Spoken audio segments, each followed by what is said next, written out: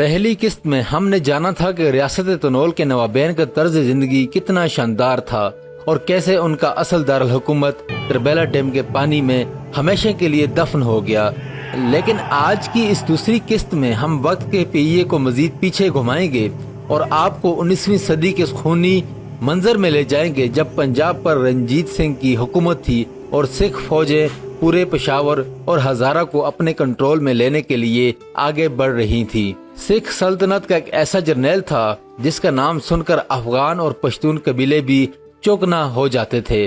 اس کا نام تھا ہری سنگھ نلوا۔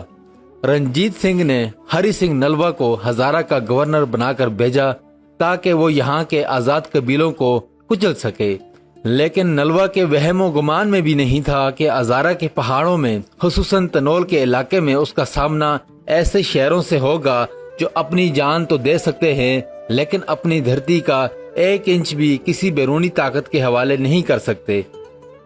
ہری سنگھ نلوا نے ہزارہ میں داخل ہوتے ہی اپنی دھاک بٹھانے کے لیے سخت اقدامات کیے۔ اس نے ہری پور شہر کی بنیاد رکھی اور وہاں ایک مضبوط قلعہ ہرکش گڑھ تعمیر کروایا تاکہ مقامی قبیلوں پر نظر رکھی جا سکے۔ اس کے بعد اس نے مانسہرہ اور ایبٹ آباد کے علاقوں کا رخ کیا۔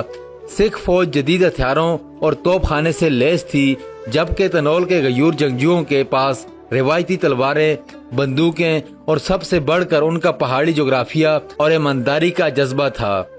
تنولی قبیلے کے اس وقت کے نڈر رہنما پائندہ خان تنولی نے سکھ شاہی کے سامنے سر جھکانے سے صاف انکار کر دیا۔ انہوں نے اپنے ارد گرد کے پہاڑی قبیلوں کو متحد کیا اور سکھ فوج کے خلاف گوریلا جنگ کا آغاز کر دیا۔ تنول کے پہاڑ سکھ فوج کے لیے ایک ڈراؤنا خواب بن گئے۔ ہری سنگھ نلوا کی قیادت میں سکھ فوج جب بھی تنول کے دروں اور وادیوں میں داخل ہونے کی کوشش کرتی، پہاڑوں کی چوٹیوں پر چھپے تنولی جنگجو ان پر اچانک حملہ کرتے اور بھاری نقصان پہنچا کر دوبارہ پہاڑوں میں غائب ہو جاتے۔ تاریخ کی کتابوں میں درج ہے کہ ہری سنگھ نلوا نے پائندہ خان کو لالچ دینے کی بھی کوشش کی۔ انہیں بڑی جاگیروں اور مراحات کی پیشکش کی گئی، لیکن اس سچے پٹھان اور جنگجو نے جواب دیا کہ تنول کے پہاڑوں کی آزادی پنجاب کے تمام خزانوں سے زیادہ قیمتی ہے۔ میر پائندہ خان کی اس بہادری نے سکھوں کے غرور کو خاک میں ملا دیا۔ اس جنگ کے دوران ایک ایسا وقت بھی آیا جب ہری سنگھ نلوا نے خود اعتراف کیا کہ ہزارہ کے قبیلوں بالخصوص تنولیوں کے تلوار کے زور پر مستقل غلام بنانا ناممکن ہے۔ اس تاریخی کشمکش کے دوران کئی بڑی جھڑپیں ہوئیں جن میں سکھ فوج کے نامور کمانڈر مارے گئے۔ پائندہ خان تنولی نے سکھوں کے سپلائی روٹس کو کاٹ دیا، جس کی وجہ سے سکھ بیرکوں میں بیٹھے فوجی محصور ہو کر رہ گئے۔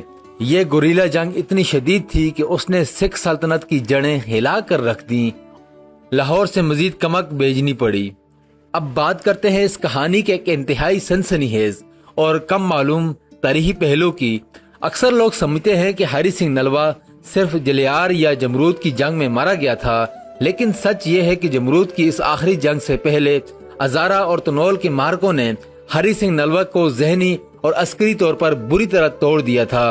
تنول کے مجاہدین نے سکھوں کے دلوں میں وہ خوف بٹھا دیا تھا کہ سکھ فوجی راتوں کو پہرا دیتے ہوئے بھی ڈرتے تھے۔ پائندہ خان نے سکھوں کے بنائے ہوئے کئی چھوٹے قلعوں پر قبضہ کر لیا اور ان کی توپیں چھین کر اپنے پہاڑی قلعوں جیسے قلعہ شیرگڑھ میں نصب کر دیں۔ یہ سکھوں کی عسکری تاریخ کی بہت بڑی سبق کی تھی۔ سکھ شاہی اور تنول کے درمیان یہ جنگ صرف میدان جنگ تک محدود نہیں تھی، بلکہ یہ ایک نفسیاتی جنگ بھی تھی۔ ہری سنگھ نلوا نے مقامی آبادی پر ظلم و ستم کے پہاڑ توڑے، فصلیں جلائیں اور دیہاتوں کو آگ لگائی تاکہ لوگ پائندہ خان کا ساتھ چھوڑ دیں، لیکن اس ظلم نے تنول کے لوگوں کے دلوں میں آزادی کی آگ کو اور زیادہ بھڑکا دیا۔ بوڑھے، جوان اور یہاں تک کہ خواتین نے بھی اپنے مردوں کی پشت پناہی کی اور سکھوں کے خلاف اس مزاحمت کو ایک مقدس جنگ کا درجہ دے دیا۔ یہی وجہ ہے کہ ہری سنگھ نلوا اپنی تمام تر جدید عسکری طاقت کے باوجود کبھی بھی تنول کے قلب پر مکمل کنٹرول نہ کر سکا۔ وقت نے ثابت کیا کہ تنول کے ان بہادروں کی قربانیاں ضائع نہیں گئی۔ سکھ سلطنت داخلی انتشار اور ہزارہ جیسے خطوں سے اٹھنے والے مسلسل بغاوتوں کی وجہ سے کمزور ہوتی چلی گئی اور بالآخر رنجیت سنگھ کی وفات کے بعد سکھ شاہی کا زوال شروع ہو گیا۔ لیکن اس طویل جنگ نے